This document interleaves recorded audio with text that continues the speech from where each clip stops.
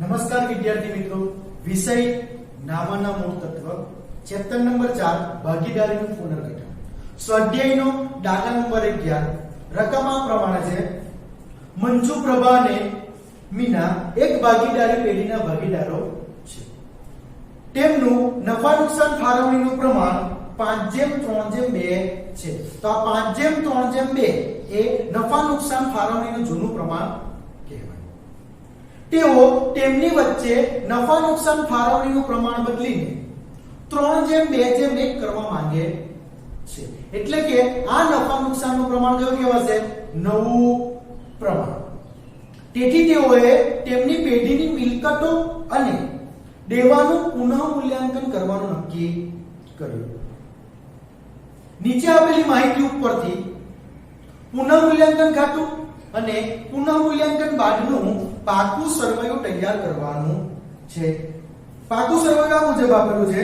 મંજુ, પ્રભા અને મીનાની ભાગીદારી પેઢીની તારીખ 31/3/2017 ના રોજનું પાકું સરવૈયું મૂડી દેવા બાજુ આપેલું છે. મંજુ, પ્રભા અને મીનાની મૂડી ખાતાની બાકી, ત્યારબાદ મંજુ, પ્રભા અને મીનાની ચાલુ ખાતાની બાકી અને દેવાઓ આપેલા છે. એવી જ રીતે મિલકત લેણા બાજુ મિલકતો અને લેણા આપવામાં આવેલા છે. ત્યારબાદ આપણાને નીચે વધારાની માહિતી એટલે કે હવાલાઓ 7 હવાલાઓ આપવામાં આવેલા છે.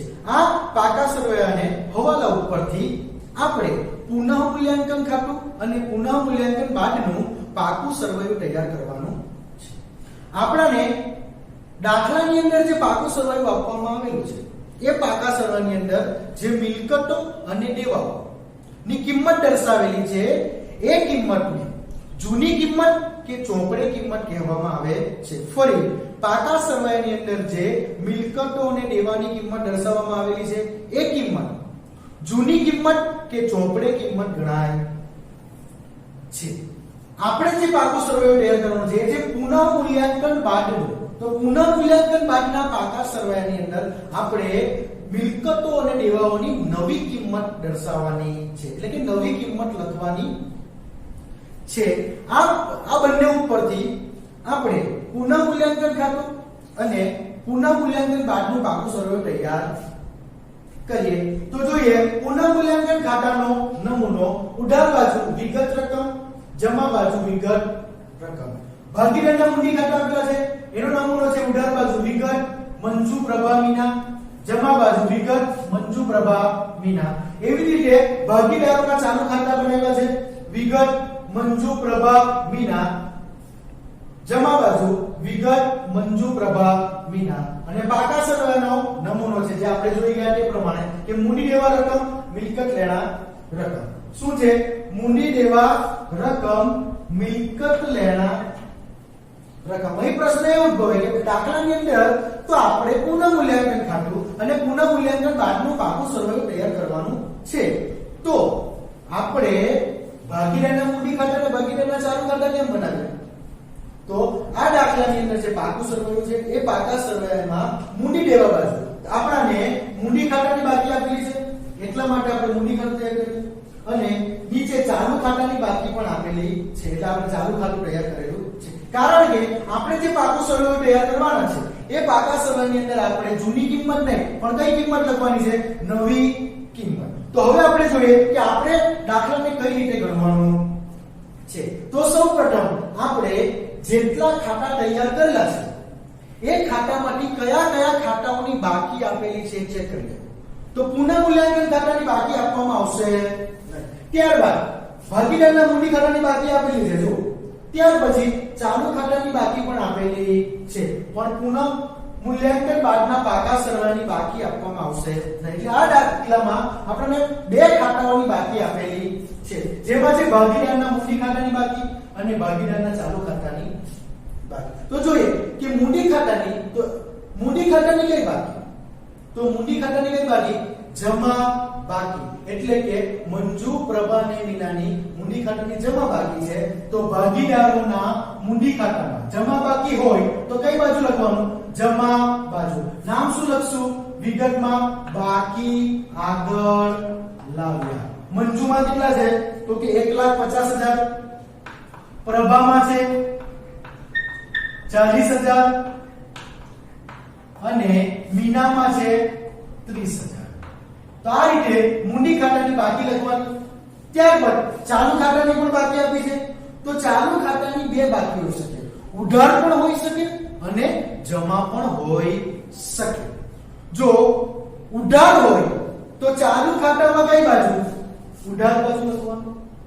અને જમા બાકી આપેલી હોય તો ચાલુ ખાતામાં કઈ બાજુ લખવાની? જમા બાજુ. તો જોઈએ કે આ દાખલાની અંદર ચાલુ ખાતાની કઈ બાકી આપેલી છે. તો ચાલુ ખાતા આપણને મૂડી દેવા બાજુ આપેલા છે. જો તો મૂડી દેવા બાજુ આપેલા તો સમજવાનું કે જમા બાકી, અને મિલકત લેવા બાજુ આપ્યા તો સમજવાનું કઈ બાકી? ઉધાર. તો આ દાખલામાં ચાલુ ખાતાની કઈ બાકી છે તો કે જમા બાકી. એટલે ચાલુ ખાતામાં આપણે કઈ બાજુ લખશું? જમા બાજુ. નામ શું લખશું? બાકી આગળ લાવ્યા. મંજૂરી છે 10,000, તો મંજુના ખાતામાં આપણે લખીશું 10,000. પ્રભાની છે 20,000, તો પ્રભાના ખાતામાં લખીશું 20,000. મીનાની છે 9,000, તો મીનાના ખાતામાં લખશું 9,000. બાકી લખાઈ ગયા બાદ 1 by 1 આપણે હવાલાઓને સોલ્વ કરવાનું. તો પ્રથમ નંબરનો હવાલો છે આપણો કે જમીન મકાનની કિંમતમાં 25% નો વધારો કરવાનો છે. હવાલો વંચાઈ ગયા બાદ તરત ચેક કરો કે આપણા પાકા સરવૈયાની અંદર જમીનની કિંમત કેટલી આપેલી છે. તો હવાલો લાગે છે આપણા જમીનને, એટલે આપણે આપણા પાકા સરવૈયાની અંદર જમીનની કિંમત જોઈશું. તો આપણા પાકા સરવૈયાની અંદર જમીન મકાનની કિંમત આપેલી છે કેટલી? 1 લાખ રૂપિયા. કેટલી આપેલી છે? 1 લાખ. તો પહેલા એને જે ખાતામાં લખવાનું એ ખાતામાં લખી દેવાનું. તો જમીન મકાન શું છે? મિલકત. મિલકત હોય તો આપણે કયા ખાતામાં લખશું? તો કે પાકા સરવૈયામાં મિલકત લેના બાજુ લખવાનું જમીન મકાન. શું લખવાનું? જમીન મકાન. કેટલા રૂપિયા આપેલું છે? તો કે 1 લાખ રૂપિયા છે. કેટલા લાખ રૂપિયા છે? 1 લાખ રૂપિયા. હવે ત્યારબાદ આપણે હવાલો વાંચવાનો. તો હવાલો શું કહે કે જમીન મકાનની કિંમતમાં 25% નો વધારો કરવાનો છે. વધારો એટલે કે ઉમેરવું. ઉમેરવું એટલે અહીંયા આપણે શું કરશું? પ્લસ. શું લખશું? વધારો. પણ કેટલો વધારો થયો? તો કે 1 લાખ રૂપિયા જૂની કિંમત છે, એમાં 25% નો વધારો કરીને નવી કિંમત પ્રાપ્ત કરવાની છે. તો 1 લાખ રૂપિયાના આપણે 25% કરવાના. આન્સર કેટલો મળશે? 25,000. તો 25,000 આપણો વધારો થયો. 25% કઈ એટલે 25,000 મળ્યા. તો 25,000 આપણો વધારો થયો. હવે આપણે 1 લાખ અને 25,000 નો સરવાળો કરવાનો. આન્સર કેટલો મળે? 1,25,000. 1 લાખ રૂપિયા એ જમીન મકાનની જૂની કિંમત છે. 25,000 એ જમીન મકાનનો વધારો છે અને 1,25,000 એ જમીન મકાનની નવી કિંમત છે. આ પાકા સરવાળાની અંદર આપણે નવી કિંમત દર્શાવવાની રહેશે. આટલું થઈ ગયા બાદ હવે એની આપણે બીજી અસર આપવાની. તો બીજી અસર કઈ રીતે આપવાની? તો ચેક કરો કે જમીન તો કે મિલકત. મિલકત શું થાય? વધી. મિલકત વધે તો શું થાય?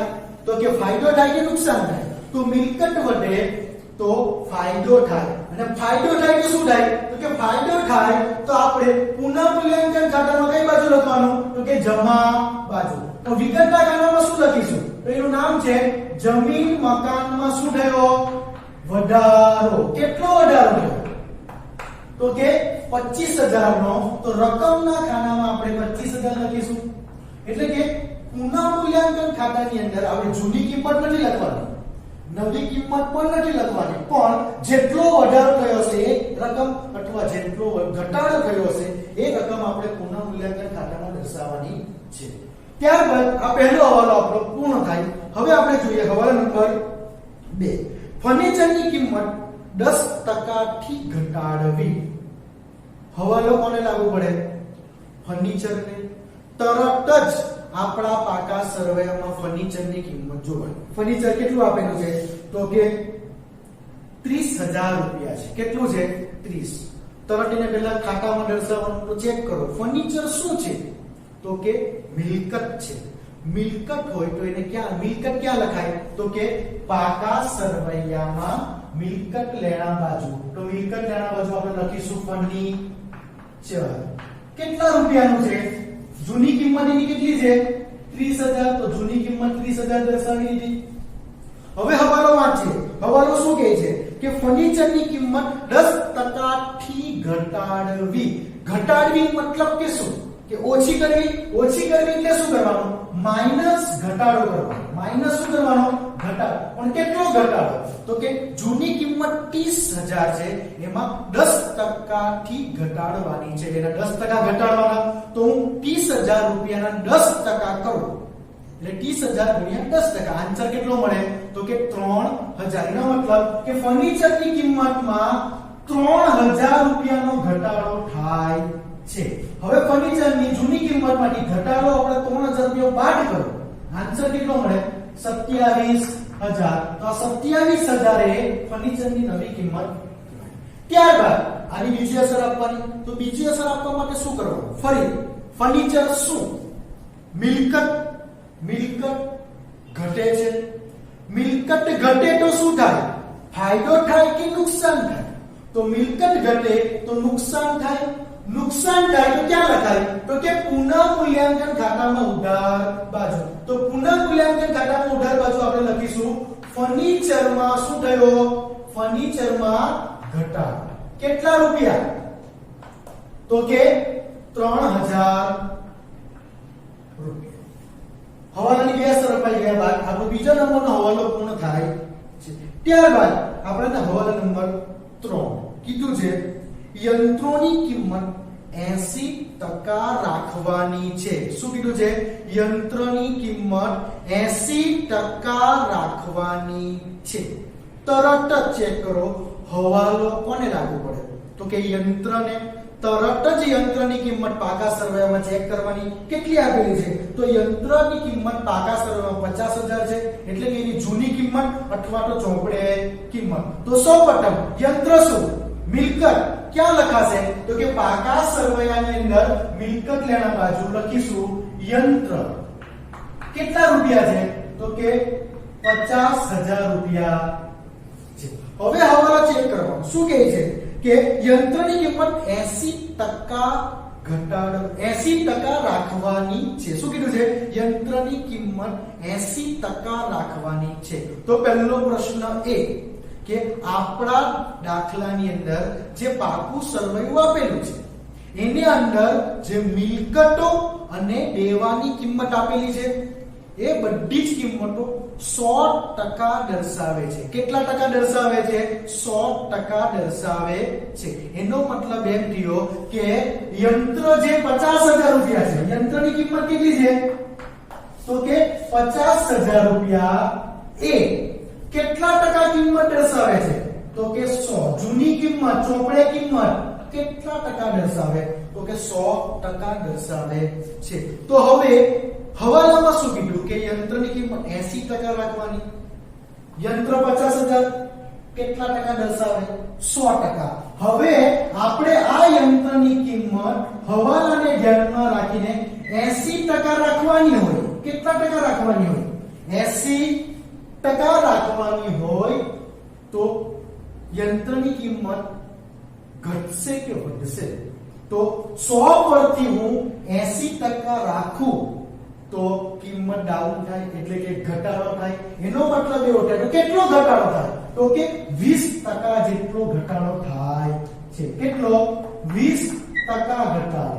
એનો મતલબ એવો થયો કે 100% પરથી હું જો 80% રાખું એનો મતલબ એવો થયો કે 20% જેટલો ઘટાડો યંત્રમાં કરવાનો છે.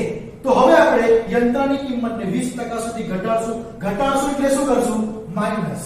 તો માઈનસ ઘટાડો કેટલા ટકા? 20%. તો હું 50,000 રૂપિયાના 20% કરું. આન્સર મને કેટલો મળે? તો કે 10,000 રૂપિયા. કેટલો આન્સર મળે? 10,000. હવે આપણે 50,000 માંથી 10,000 બાદ કરીએ. આન્સર કેટલો? 40,000. તો 40,000 એ યંત્રની નવી કિંમત. ત્યારબાદ જેટલો આની બીજી અસર આપીશું તો ચેક કરો. યંત્ર શું? મિલકત. મિલકત ઘટે. મિલકત ઘટે તો ફાયદો થાય કે નુકસાન થાય? તો મિલકત ઘટે તો નુકસાન થાય. નુકસાન થાય તો કઈ બાજુ લખવાનું? કયા ખાતામાં? તો કે પુનઃ મૂલ્યાંકન ખાતામાં. કઈ બાજુ? ઉધાર બાજુ. યંત્રમાં શું થયો? ઘટાડો. કેટલો ઘટાડો થયો? તો કે 10,000 રૂપિયા નો ઘટાડો થાય છે. અહીં આપણો હવાલો નંબર 3 પૂર્ણ થાય છે. ત્યારબાદ હવાલો નંબર 4 શું કીધું છે કે આખરના સ્ટોકની ચોપડે કિંમત, આખરના સ્ટોકની ચોપડે કિંમત બજાર કિંમત કરતા 5,000 વધારે છે. હવાલો કોને લાગુ પડે? આખરનો સ્ટોક. તરત જ આખરનો સ્ટોક પાકા સરવાળામાં જો કેટલો છે? તો પાકા સરવાળાની અંદર આખરનો સ્ટોક આપણને આપેલો છે 40,000. તો ચેક કરો આખરનો સ્ટોક શું છે? મિલકત છે કે દેવો? તો આખરનો સ્ટોક એ મિલકત છે. એટલે આપણે સૌપ્રથમ આપણા પાકા સરવાળાની અંદર મિલકત લેવા બાજુ આખરનો સ્ટોક લખીશું. આખરનો સ્ટોક કેટલો છે? તો કે 40,000 રૂપિયા. હવે આપણે હવાલાની ગણતરી કરીશું. તો હવાલામાં શું કીધું કે આખરનો સ્ટોક. કયો સ્ટોક? આખરનો સ્ટોક તેની ચોપડે કિંમત કરતા. કઈ કિંમત કરતા? ચોપડે કિંમત. સોરી, આખરનો સ્ટોક ચોપડે કિંમત. આખરના સ્ટોકની ચોપડે કિંમત બજાર કિંમત કરતા કેટલી વધારે છે? 5,000 વધુ છે. ઓકે, તો સૌપ્રથમ તો જોઈએ કે આખરના સ્ટોકની ચોપડે કિંમત એટલે કઈ કિંમત? તો અગાઉ આપણે વાત કરી કે આપણને દાખલામાં જે પાકું સરવાળું આપેલું છે એ પાકા સરવાળાની અંદર જે મિલકતો અને દેવાની કિંમત છે એ કિંમત જૂની કિંમત ગણાય અથવા તો કઈ કિંમત ગણાય? ચોપડે કિંમત. તો હવે વિચારો કે આપણા આખરના સ્ટોકની ચોપડે કિંમત કેટલી હશે? તો આપણે પાકા સરવાળામાં આપેલી છે કે કેટલી છે? તો કે 40,000 રૂપિયા ચોપડામાં આપેલી છે ચોપડે કિંમત. તો આપણા આખરના સ્ટોકની ચોપડે કિંમત કેટલી હશે? 40,000. આ ચોપડે કિંમત બજાર કિંમત કરતા 5,000 વધારે છે. વિચારો, ચોપડે કિંમત 40,000, આ ચોપડે કિંમત બજાર કિંમત કરતા 5,000 વધારે. એટલે કે ચોપડે કિંમત 40,000, બજાર કિંમત કરતા 5,000 વધારે. તો બજાર કિંમત કેટલી હશે? તો બજાર કિંમત આપણી હશે 35,000. તો અહીં થઈ જાય કે ચોપડે કિંમત 40,000 અને બજાર કિંમત 35,000. એટલે કે ચોપડે કિંમત બજાર કિંમત કરતા 5,000 વધારે થઈ ગઈ. તો અહીં આપણે જોઈ શકીએ છીએ કે આખરના સ્ટોકની પહેલા કિંમત એટલે કે ચોપડે કિંમત 40,000 છે. જૂની કિંમત કે ચોપડે કિંમત 40,000 છે, ત્યારે બજાર કિંમત એટલે કે નવી કિંમત આપણે શોધી તો કેટલી આવી? 35,000 આવી. એનો મતલબ એવો થયો કે સ્ટોક આખરના સ્ટોકની કિંમતમાં 5,000 નો ઘટાડો દેખાય છે. કેટલો ઘટાડો થાય છે? 5,000 રૂપિયાનો ઘટાડો થાય છે. તો હવે આપણે આખરના સ્ટોકની કિંમતમાંથી 5,000 રૂપિયાનો ઘટાડો કરીશું. ઘટાડો એટલે કે માઈનસ, માઈનસ ઘટાડો કેટલો? 5,000 રૂપિયા. બહાર કેટલા આવશે? તો કે 35,000 રૂપિયા. આ સ્ટોકની કઈ કિંમત? નવી કિંમત અથવા તો બજાર કિંમત જે હતી આવી ગઈ. હવે આપણે એની બીજી અસર આપવાની. તો આખરનો સ્ટોક શું? મિલકત. મિલકતમાં ઘટાડો થયો. મિલકતમાં શું થયો? ઘટાડો થાય છે. જો મિલકત ઘટે તો ફાયદો થાય કે નુકસાન? તો મિલકત ઘટે તો નુકસાન થાય, અને નુકસાન થાય તો ક્યાં લખાય? તો કે પુનઃ મૂલ્યાંકન ખાતામાં કઈ બાજુ? ઉધાર બાજુ લખવાનું. આખરના સ્ટોકમાં ઘટાડો. કેટલો ઘટાડો થયો? તો કે 5,000 જેટલો ઘટાડો થાય છે. હવે જોઈએ હવાલા નંબર 5. હવાલા નંબર 5 માં કીધું છે કે દેવાદારો પર કુલ 2500 ની ગાલખાટ અનામતની જોગવાઈ કરવાની છે. શું કીધું છે? દેવાદારો પર 2500 રૂપિયાની ગાલખાટ અનામતની જોગવાઈ કરવાની છે. તો સૌપ્રથમ ચેક કરો હવાલો કોને લાગુ પડે? દેવાદાર. દેવાદારને તરત આપણે પાકા સરવાળામાં ચેક કરવાનું.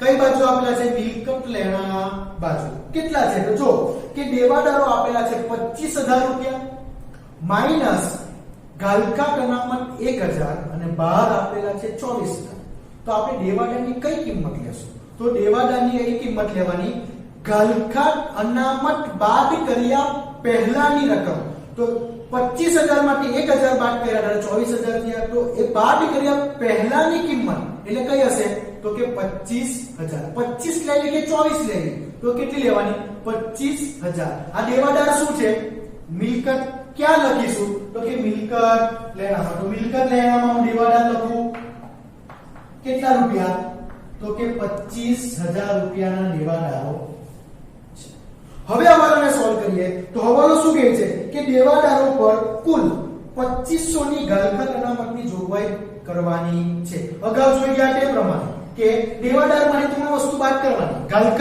ગાલખાટ અનામત અને દેવાદાર પર વટાવ અનામત હવાલાની શું કરવાની બાદ તો આ હવાલાની અંદર ગાલખાટ અનામત કેટલી છે તો કે 2500 તો અહીંયા આપણે માઈનસ કરીશું માઈનસ ગાલખાટ અનામત કેટલા રૂપિયા આવી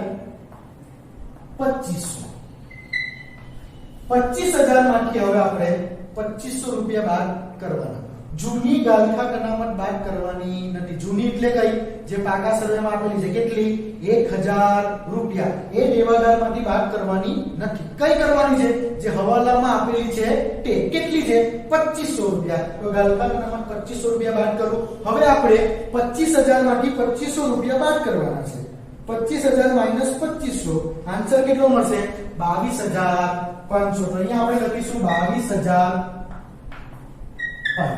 હવે આપણે ગાલખાટ અનામતની બીજી અસર આપવાની તો બીજી અસર આપવા માટે આપણે બે રીત વિશે વિચારવાનું છે એમાંની પ્રથમ છે કે ગાલખાટ અનામત કે દેવાદાર પર વટાવ અનામત આની તમારે બીજી અસર આપવી હોય શું આપવી હોય બીજી અસર આપવી હોય તો જૂની કિંમત આ ત્રણની જૂની કિંમત અને નવી કિંમતની સરખામણી કરવાની તો સરખામણી કરી જોઈએ આપણે તે જોઈએ તો ત્યાં આપણી પાસે છે ગાલખાટ અનામત કઈ કિંમત જૂની કિંમત અને નવી કિંમતની શું કરવાની તો કે સરખામણી કરવાની તો ચેક કરીએ જૂની કિંમત કેટલી તો કે જૂની કિંમત એટલે કઈ જે પાકા સર્વેમાં આપેલી છે તે તો પાકા સર્વેમાં ગાલખાટ અનામત કેટલી છે 1000 તો 1000 એ ગાલખાટ અનામતની જૂની કિંમત ગણાય નવી કિંમત કઈ તો કે હવાલામાં આપેલી છે તે કેટલી 2500 ઓકે હવે ચેક કરવાનું કે જૂની કિંમત કરતા નવી કિંમત વધારે હોય સાંભળજો બીજી અસર આપવા માટે જૂની કિંમત કરતા ગાલખાટ અનામતની જૂની કિંમત કરતા નવી કિંમત વધારે હોય તો શું થાય નુકસાન જૂની કરતા નવી કેવી વધુ તો શું થવાનું નુકસાન થાય એ જ રીતે જૂની કરતા નવી કેવી વધુ જૂની કરતા નવી ઓછી હોય તો શું થાય ફાયદો થાય તો હવે આપણે જોઈએ કે ગાલખાટ અનામતની જૂની કિંમત કેટલી 1000 નવી કિંમત કેટલી 2500 દેખાય છે જૂની કરતા નવી વધારે શું થાય જૂની કરતા નવી વધુ શું થાય નુકસાન એટલે અહીં આપણને નુકસાન દેખાય છે પણ કેટલું નુકસાન તો 1000 રૂપિયામાંથી આપણે 2500 રૂપિયા બાદ કરીએ આન્સર કેટલો 1500 તો 1500 રૂપિયા જેટલું નુકસાન થાય છે તો ગાલખાટ અનામતમાં શું થયું નુકસાન થાય તો ક્યાં લખાય તો કે પુનઃ મૂલ્યાંકન ખાતામાં કઈ બાજુ તો કે ઉધાર બાજુ લખવાનું ગાલખાટ અનામત કેટલા રૂપિયા તો કે 1500 રૂપિયા જો બીજી રીતે જોવું હોય તો ખાલી એટલું સિમ્પલ રીતે ચેક કરી લેવાનું બરાબર કે ગાલખાટ અનામત પહેલા કેટલી 1000 હવે કેટલી 2500 એટલે કે જૂની 1000 નવી 2500 તો ગાલખાટ અનામત વધી કે ઘટી જો ગાલખાટ અનામત વધે તો નુકસાન અને ગાલખાટ અનામત ઘટે તો શું ફાયદો તો ચેક કરો જૂની 1000 નવી 2500 વધે તો નુકસાન, પણ કેટલું? તો કે 1500 રૂપિયા. ઓકે, નુકસાન થાય તો શું કરવાનું કે પુનઃ મૂલ્યાંકન ખાતામાં ઉધાર બાજુ ખાતાના કેટલા રૂપિયા? 1500 રૂપિયા. ઓકે, ત્યારબાદ આપણી પાસે હવાલો નંબર 6, લેણદારોમાંથી રૂપિયા 3000 ના લેણદારને હવે નાણાં ચૂકવવાના નથી. ઓકે, હવાલો કોને લાગુ પડે? તો કે લેણદારોને. કોને લાગુ પડે? લેણદાર. પાકા સરવૈયાની અંદર લેણદાર જોઈ લઈએ કેટલા છે. તો પાકા સરવૈયાની અંદર લેણદાર આપેલા છે આપણે 40000. ચેક કરો, લેણદાર શું છે? મિલકત છે કે દેવું? તો લેણદાર એ ધંધાનું દેવું છે. જો નહીં સમજાય તો કઈ બાજુ આપેલું છે? તો કે મૂડી દેવા બાજુ. મૂડી દેવા બાજુ શું આપે? મૂડી અને દેવા. તો લેણદાર શું હશે? દેવું. દેવું હોય તો ક્યાં લખશું? તો કે પાકા સરવૈયામાં મૂડી દેવા બાજુ થોડી જગ્યા છોડીને લખવાનું. કેમ? કારણ કે અહીંયા આપણે મૂડી ખાતાની બાકી અને ચાલુ ખાતાની બાકી લખીશું. એટલે અહીંયા લખું છું લેણદારો કેટલા છે? 40000. કેટલા છે? 40000. લેણદાર ધંધાનું શું? દેવું. દેવું એટલે શું? કોઈને આપણે રૂપિયા દેવાના. એ આપણું શું? દેવું. કેટલા દેવાના છે? 40000. લેણદારોને 40000 રૂપિયા આપણે દેવાના છે. હવાલો શું કે લેણદારમાંથી 3000 ના લેણદારને હવે નાણાં ચૂકવવાના નથી. મતલબમાં લેણદારને કેટલા રૂપિયા આપવાના હતા? 40. શું કીધું? હવે એ લેણદારને આપણે 3000 રૂપિયા ચૂકવવાના નથી. મતલબમાં 40000 માંથી હવે આપણે 3000 રૂપિયા આપવાના નથી. બરાબર? એટલે કે દેવું આપણે ઓછું ચૂકવવાનું થયું, 3000 રૂપિયા આપણે ચૂકવવાના નથી. તો દેવું ઘટે છે. દેવું ઘટે તો શું થાય? એનો મતલબ એ કે લેણદારો કેટલા? 40000 માઈનસ કેટલા રૂપિયા નહીં ચૂકવવાના? તો કે 3000 રૂપિયા ચૂકવવાના નથી. એટલે 40000 માંથી 3000 રૂપિયા બાદ કરી નાખવાના. ઘટાડો થયો. 12 કેટલા? તો કે 37000. કેવી રીતે આવ્યું? ફરી વાત કરું કે લેણદાર એ ધંધાનું દેવું છે. દેવું છે. પાકા સરવૈયામાં મૂડી દેવા બાજુ લખ્યા લેણદારો કેટલા? 40000. હવાલો એવું કહે છે કે લેણદારોમાંથી 3000 ના લેણદારને હવે નાણાં ચૂકવવાના નથી. દેવું એટલે કે આપણે કોઈને દેવાના હોય તો દેવું. 40000 રૂપિયા આપણે લેણદારને દેવાના છે, પણ હવે એમાંથી 3000 રૂપિયા આપણે ચૂકવવાના નથી. તો આપણને ફાયદો થશે કે નુકસાન? તો કે ફાયદો. શું થશે? ફાયદો. ઓકે, એટલે કે 3000 રૂપિયાનો આપણે શું કરવાનું? ઘટાડો. કેટલો થયો? ઘટાડો. બરાબર? લેણદાર શું? દેવું. દેવું શું થયું? ઘટે. ઘટે તો શું થાય? ફાયદો. દેવું ઘટે તો શું થાય? ફાયદો. એટલે કે 40000 માંથી 3000 ભાગ કર્યા, આન્સર કેટલો મળ્યો? 37000. હવે આને આપણે બીજી અસર આપવી હોય તો લેણદાર દેવું, દેવું ઘટે. ઘટે તો શું થાય? ફાયદો. ફાયદો થાય તો ક્યાં લખાશે? તો કે પુનઃ મૂલ્યાંકન ખાતાની જમા બાજુ લખવાનું લેણદારમાં ઘટાડો. શું લખવાનું? લેણદારમાં ઘટાડો. કેટલા રૂપિયાનો? તો કે 3000 રૂપિયા. અહીં આપણો હવાલો નંબર 6 પૂર્ણ થાય છે. ત્યારબાદ હવાલો નંબર 7, બેંક લોન પર છેલ્લા 3 માસનું વ્યાજ ચૂકવવાનું બાકી છે. હવાલો કોને લાગુ પડે? તો કે બેંક લોન. બેંક લોન જો પાકા સરવૈયામાં આપેલી છે, હા, તો મૂડી દેવા બાજુ જાઓ. બેંક લોન આપેલી છે 12% ની બેંક લોન. તો બેંક લોન એ ધંધાનું શું છે? દેવું. નહીં આપ્યું હોય તો આગળ જોઈ ગયા તે મુજબ મૂડી દેવા બાજુ આપેલું છે. શું કહેશે? તો કે દેવું. તો દેવું ક્યાં લખાશે? તો કે પાકા સરવૈયામાં મૂડી દેવા બાજુ લખવાનું 12% ની બેંક લોન. અંદર લખો કે બહાર લખો કોઈ ફરક પડતો નથી. આપણે બહાર લખી દઈએ. કેટલા રૂપિયા? તો કે બેંક લોન આપણને આપવામાં આવેલી છે 30000 રૂપિયા. કેટલી છે? 30000 રૂપિયા. હવે એના પર આપણે હવાલો સોલ્વ કરીએ. તો હવાલો શું કે બેંક લોન ઉપર છેલ્લા 3 માસનું વ્યાજ ચૂકવવાનું બાકી છે. એનો મતલબ એવો થયો કે આપણે બેંકમાંથી લોન લીધી. કેટલા રૂપિયા? 30000. 1 વર્ષનું વાર્ષિક વ્યાજ નો દર કેટલો આપેલો છે? તો કે 12%. એટલે કે 30000 રૂપિયા બેંકમાંથી લોન લીધી અને આ 30000 રૂપિયા ઉપર 1 વર્ષનું 12% લેખે વ્યાજ આપણે ચૂકવવાનું થાય. થાય કે નહીં થાય? બેંક વાળો આપણને ફ્રીમાં લોન આપતો નથી. આપણે આ 30,000 ઉપર 12% લેખે એક વર્ષનું વ્યાજ ચૂકવવાનું થાય છે. તો ગણતરીમાં જોઈએ કે ગણતરી કઈ રીતે થશે. તો જોઈએ કે બેંકમાંથી લોન લીધી. કેટલી લોન લીધી? તો બેંક લોન આપણને આપેલી છે, લીધી છે આપણે 30,000 રૂપિયા. કેટલી? 30,000. વાર્ષિક દર કેટલો છે? તો કે 12%. એટલે કે એક વર્ષની અંદર 12 મહિના આવે.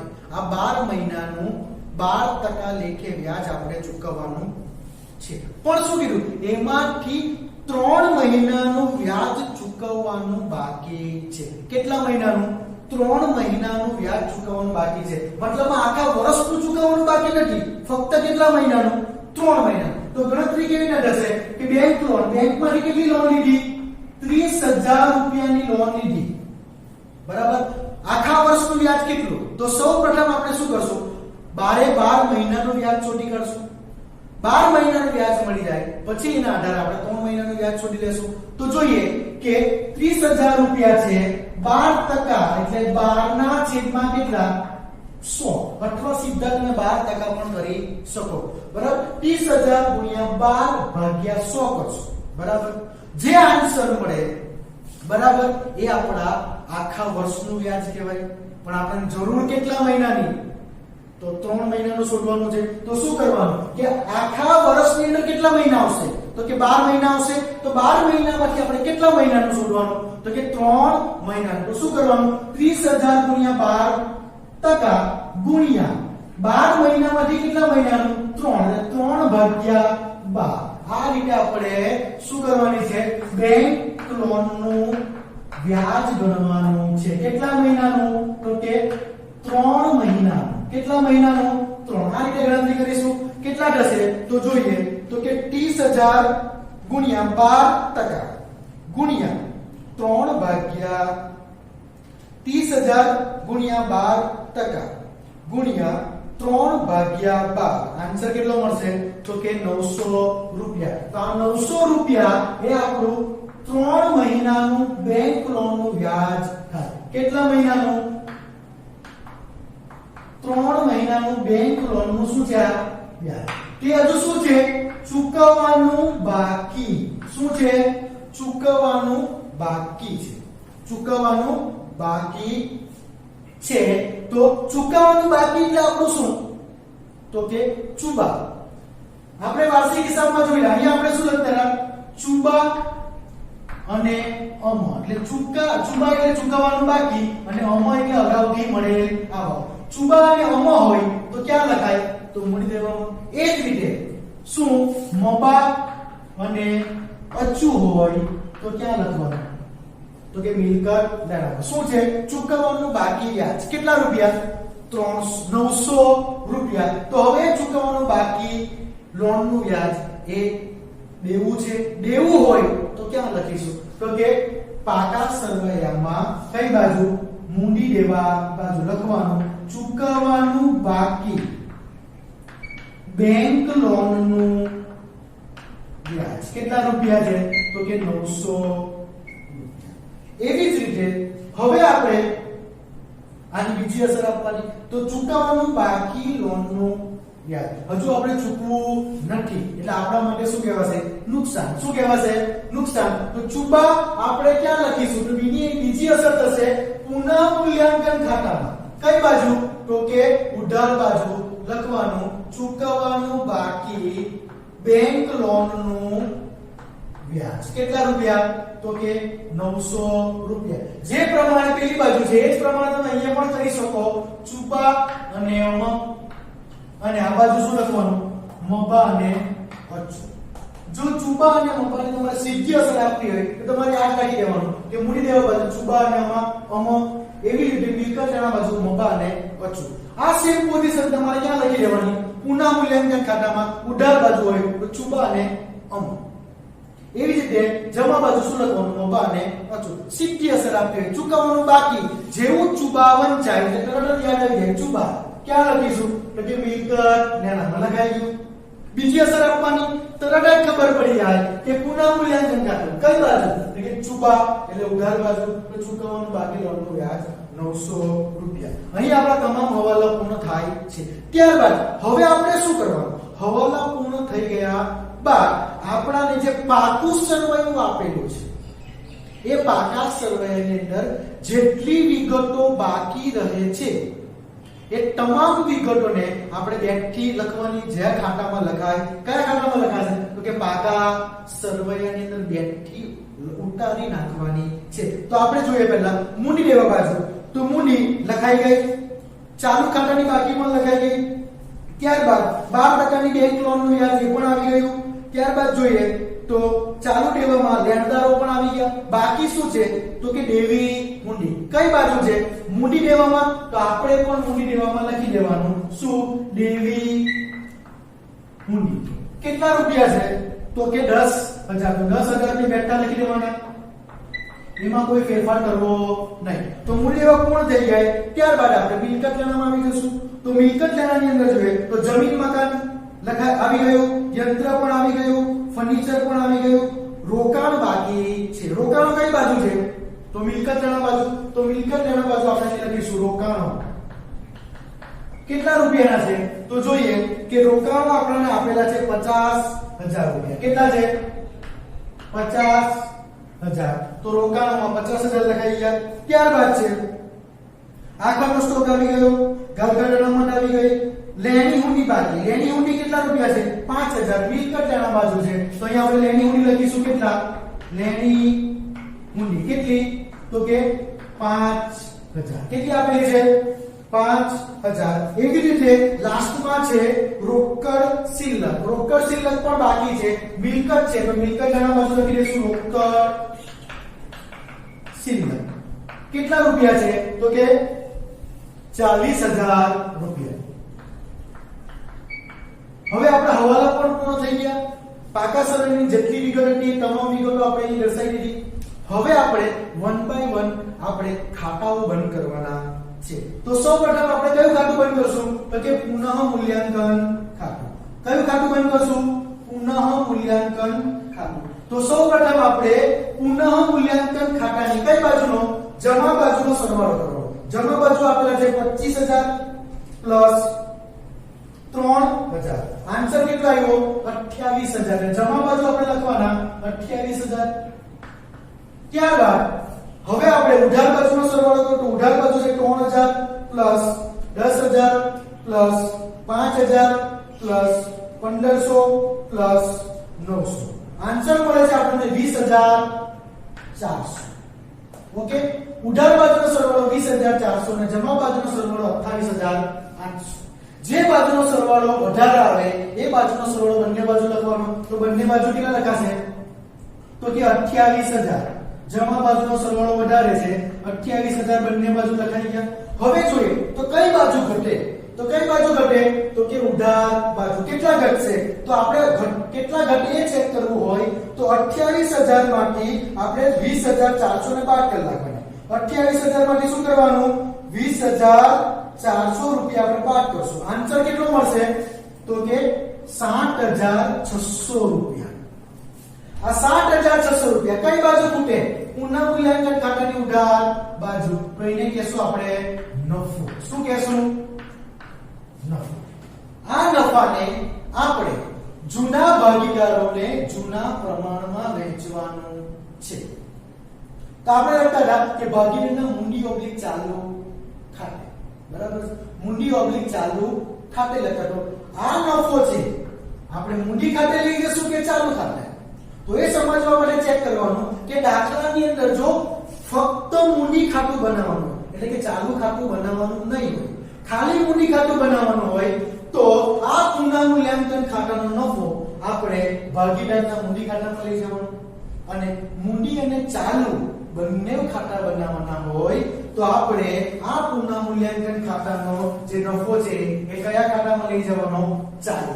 તો આ દાખલાની અંદર આપણે મૂડી અને ચાલુ બંને ખાતા બનાવ્યા છે. તો આ જે પુનઃ મૂલ્યાંકન ખાતાનો નફો છે કયા ખાતે લઈ જશું?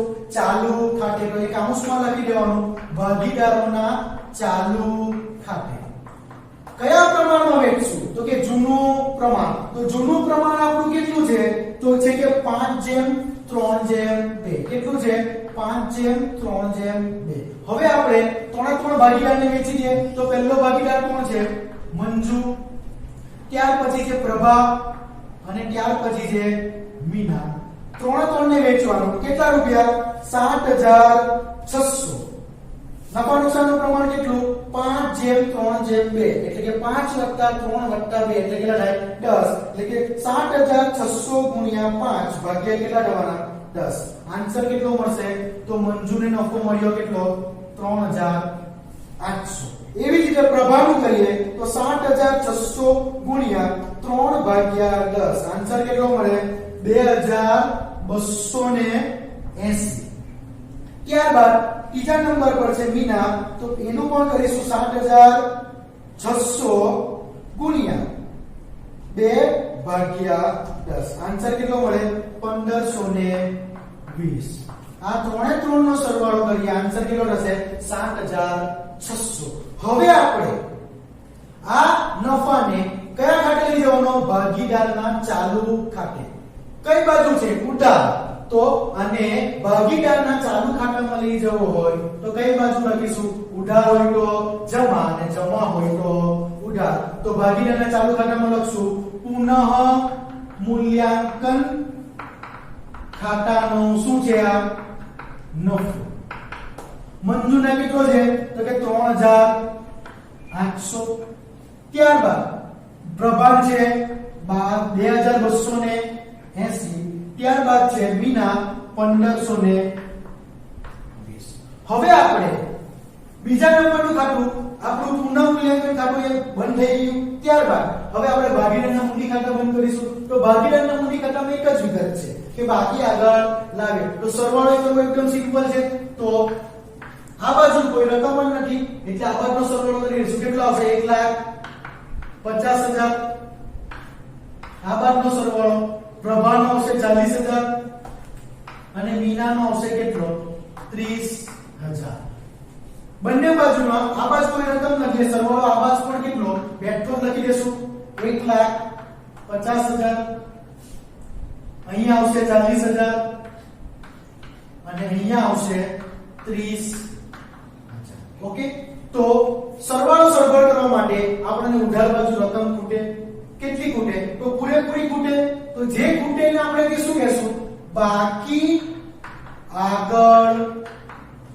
લઈ ગયા શું કહે બાકી આગળ લઈ ગયા આને શું કહેશું બાકી આગળ લાવ્યા અને જે ખૂટશે એને શું કહેશું બાકી આગળ લઈ ગયા તો પૂરેપૂરા ખૂટે કેટલા 1,50,000 અહીંયા ખૂટે 40,000 અને અહીંયા ખૂટે કેટલા 30,000 હવે આપણને જે આ બાકી આગળ લઈ ગયા મળી એને આપણે ક્યાં લઈ જવાની તો આને આપણે સીધી ક્યાં લઈ જવાની પાકા સરવૈયામાં ક્યાં લઈ જવાની પાકા સરવૈયામાં કઈ બાજુ મૂડી દેવા બાજુ લખવાનું મૂડી ખાતા કોના કોના છે તો કે મંજુ પ્રભા અને બીજું કોણ મીના મંજુનું છે 1,50,000 પ્રભાનું છે 40,000 અને મીના છે 30,000 ત્રણે ત્રણનો સરવાળો કરીશું 1,50,000 પ્લસ 40,000 પ્લસ 30,000 સરવાળો આપણને મળે છે કેટલો 2,20,000 તો અહીં આપણે લખીશું 2,20,000 ત્યારબાદ હવે આપણે ભાગીદારોના ચાલુ ખાતાઓ બંધ કરીશું તો ભાગીદારના ચાલુ ખાતાની ઉધાર બાજુ કઈ બાજુ ઉધાર બાજુ આપણને કોઈ રકમ આવી નથી પરંતુ જમા બાજુ છે તો સૌપ્રથમ આપણે જમા બાજુનો સરવાળો કરીશું તો જમા બાજુનો સરવાળો સૌપ્રથમ આપણે કોનો કરીશું મંજુ તો મંજુ છે 10,000 અને બીજા કેટલા છે 3,500 એટલે કેટલા થશે 13,800 ત્યારબાદ હવે પ્રભાનો સરવાળો કરીશું તો પ્રભાના કેટલા છે 20,000 પ્લસ 2,280 એટલે સરવાળો થશે 22,280 ત્યારબાદ હવે જોઈએ તો મીનાનો સરવાળો 9,000 પ્લસ 1,520 એટલે કેટલા થશે 10,520 બાજુ કોઈ રકમ નથી એટલે આ જ સરવાળો બેઠો અહીં પાછું ઉતારશું. કેટલો છે તો કે 13800. આ બાજુનો સરવાળો 22280 અને મીનાનો સરવાળો થાય 10520. ઓકે, સરવાળો થઈ ગયા બાદ હવે જોઈએ તો ખાતું સરભર કરવા માટે અહીં કોઈ રકમ નથી તો કેટલી રકમ ખૂટે તો કે મંજુના ખાતાની અંદર કેટલી ખૂટે તો કે 13800. પ્રભામાં કેટલી ખૂટે 22280 અને મીનામાં ખૂટે 10520. ઓકે, આ જે બાકીઓ મળી એ બાકીને આપણે કહેશું બાકી આગળ લઈ ગયા. શું કહેશું? બાકી આગળ લઈ ગયા.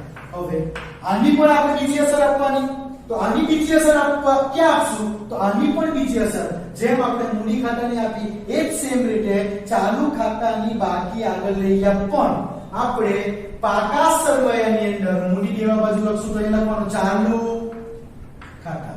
કઈ બાજુ છે તો ઉધાર બાજુ ખૂટે. કઈ બાજુ છે ઉધાર બાજુ અને મૂડી દેવા એટલે આપણે એમ જોવા જઈએ તો જમા બાજુ ગણાય એટલે ચાલુ ખાતા કરી ને ત્રણે નામ લખશું ફરી મંજુ, પ્રભા, મીના. મંજુના છે 13800. ત્યારબાદ પ્રભા છે 22280. ત્યારબાદ મીના છે 10520. ત્રણેયનો સરવાળો કરવાનો કેટલો થશે તો 13800 પ્લસ 22280 પ્લસ 10520 સરવાળો થાય 46600. હવે આગળ જોઈએ તો પુનઃ મૂલ્યાંકન ખાતું બંધ થઈ ગયું. ભાગીદારના મૂડી ખાતા પણ બંધ કરી દીધા. ભાગીદારોના ચાલુ ખાતા પણ આપણે બંધ કરી દીધા. હવે આપણો વારો છે પાકું સરવાળું બંધ કરવાનો વારો. તો પાકા સરવાળાનો મૂડી દેવા અને મિલકત લેવા બંને બાજુનો સરવાળો કેવો આવવો જોઈએ સરખો. અને સરખો આવે તો સમજવાનું આપણો દાખલો સાચો છે. તો હવે આપણે મૂડી દેવા અને મિલકત લેવા બાજુનો સરવાળો કરીએ તો મૂડી દેવા બાજુ પહેલી રકમ છે 2,20,000 plus 46,600 plus 37,000 plus 30,000 plus 900 plus 10,000 સરવાળો આપણો આવે છે 3,44,500. કેટલો આવે છે 3,44,500. એ જ રીતે આપણે મિલકત લેવાનો સરવાળો કરી જોઈએ તો મિલકત લેવામાં પ્રથમ રકમ છે 1,25,000 plus 27,000 plus 40,000 plus 35,000 plus 22,500 plus 50,000 plus 5,000 plus 40,000. એટલે એ બાજુનો સરવાળો પણ આપણો 3,44,500 આવે છે. મતલબમાં મૂડી દેવા અને મિલકત લેણા બંને બાજુનો સરવાળો 3,44,500 અને 3,44,500 આવે છે. એનો મતલબ કે આપણો સંપૂર્ણ દાખલો સાચો છે. આશા રાખું છું આ વિડિયોમાં તમને સંપૂર્ણ ખ્યાલ આવી ગયો હશે. જો કોઈ તકલીફ જણાય તો કમેન્ટ બોક્સમાં લખી જણાવવા વિનંતી. અસ્તુ. જય હિન્દ, જય ભારત.